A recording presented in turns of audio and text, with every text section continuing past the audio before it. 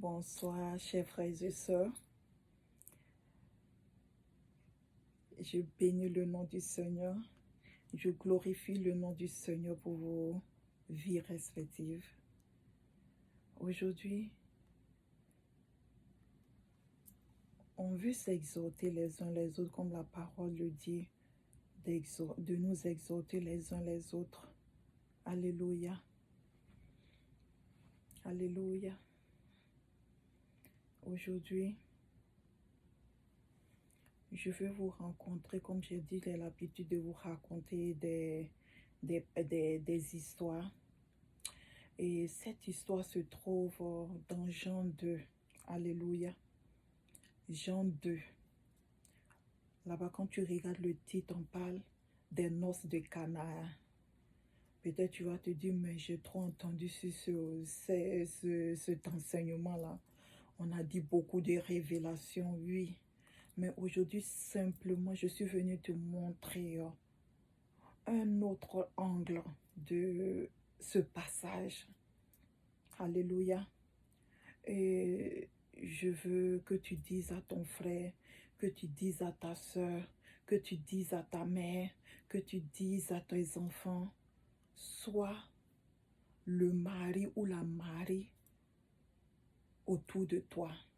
Tu peux être le mari ou bien la Marie de ton quartier, de ta famille, de ta cour, de ta nation.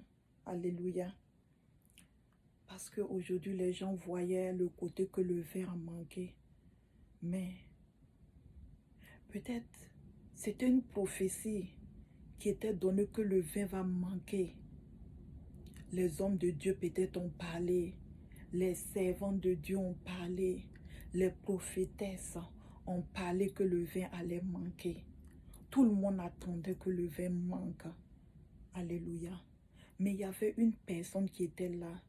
Elle savait que on peut changer la prophétie, on peut changer les révélations.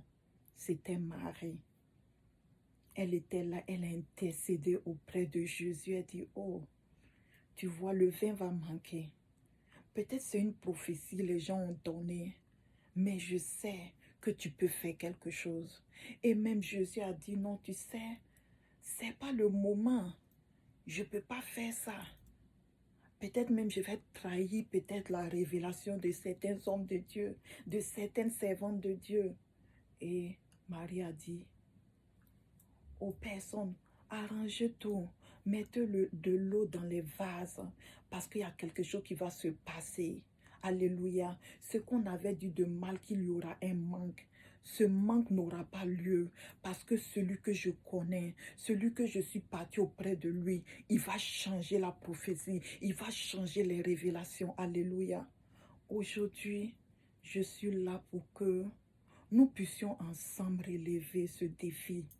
Au lieu qu'on attende que la mauvaise prophétie arrive à ton frère, à ta soeur, à ton pasteur, à ta famille, pour qu'on dise que l'homme de Dieu qui a donné la prophétie a dit la vérité. Sa prophétie s'accomplit. Quel est le témoignage? Ce témoignage a été raconté parce qu'il y avait un miracle extraordinaire. C'était pas le malheur, c'était le bonheur. Alléluia. Donc aujourd'hui, je vous exhorte, les frères, les sœurs, de quitter le rang de ceux qui attendent que les mauvaises prophéties s'accomplissent. Et ce qui est un peu vraiment touchant, tu vas voir dans certaines églises, on donne des prophéties que telle personne va finir mal. Et chacun attend que cette prophétie-là s'accomplit. Ça, c'est la sorcellerie. Ça, là, c'est la sorcellerie. Les choses voudront que tu te lèves comme Marie pour dire non. Ça ne doit pas arriver au frère. Ça ne doit pas arriver à la sœur. Pour que le témoignage qu'on va donner va marquer les générations, vont marquer les vies. C'est ce que nous sommes à la recherche aujourd'hui. Que le nom de Dieu soit béni. Peut-être aujourd'hui tu es là, tu m'écoutes. Je veux te dire, au lieu que tu attends que la mauvaise prophétie s'accomplisse, au lieu que tu attends que le mal arrive, que tu te lèves pour intercéder, pour que le bien arrive, pour que le témoignage soit grand, pour que le témoignage soit écrit. Alléluia. Que toute la gloire revienne au Seigneur. Je ne sais pas où tu te trouves actuellement. Je ne sais pas dans quelle situation tu te trouves. Je ne sais pas ce que tu as entendu. Mais aujourd'hui, Dieu par ma voix veut te dire, au lieu que la prophétie qu'on a annoncée, de mal qui doit arriver à ton frère, à ta soeur, à ton père, à ta mère, que tu te lèves, que tu commences à intercéder, que tu commences à être la Marie de ton quartier, la Marie de ton foyer, la Marie, au Seigneur, dans ton lieu de travail. C'est ce qui va glorifier le nom de Dieu. C'est ce qui serait un grand témoignage. Ce n'est pas les prophéties qui ont été annoncées, alléluia, qui ont dit que le vin allait manquer. Si le vin manquait, quelle est la gloire? Si cette prophétie s'accomplissait, quelle est la gloire? Mais Dieu voulait une gloire exceptionnelle. C'est pour cela il a suscité une Marie qui a pu connaître son cœur. Malgré qu'il a dit qu'il n'était pas prêt. Malgré qu'il peut-être il te disait que je ne vais pas trahir la prophétie que j'ai donnée peut-être à mes serviteurs, à mes servantes. Mais il a dit, celle-là, elle est exceptionnelle.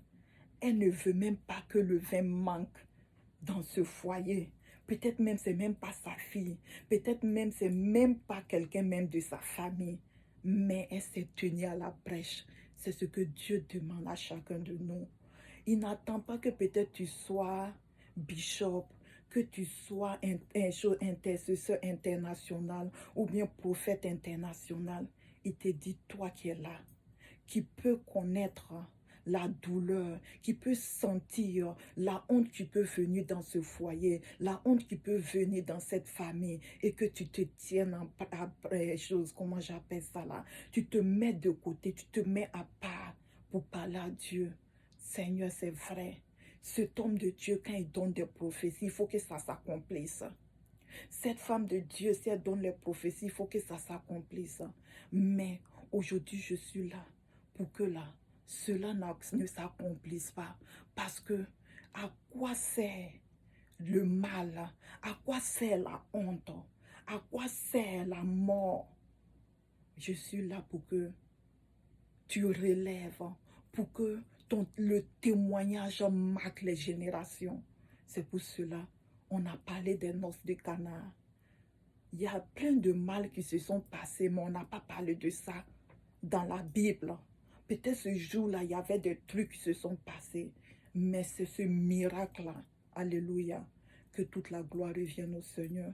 Je prie pour une personne aujourd'hui. Je prie pour des personnes aujourd'hui, pour que le Seigneur mette dans votre cœur le cœur de Marie, pour pouvoir pleurer pour nos frères, pour nos sœurs, pour pouvoir pleurer pour nos nations, pour pouvoir pleurer pour nos hommes de Dieu, pour pouvoir pleurer pour nos prophètes, afin que la gloire revienne au véritable Dieu, le Dieu qui est assis sur le trône, le Dieu en qui il n'y a aucune ombre de variation, celui qui s'appelle « Je suis ». Que toute la gloire revienne au Seigneur. C'est au nom puissant de Christ Jésus que j'ai prié et que vraiment le Seigneur continue de nous fortifier.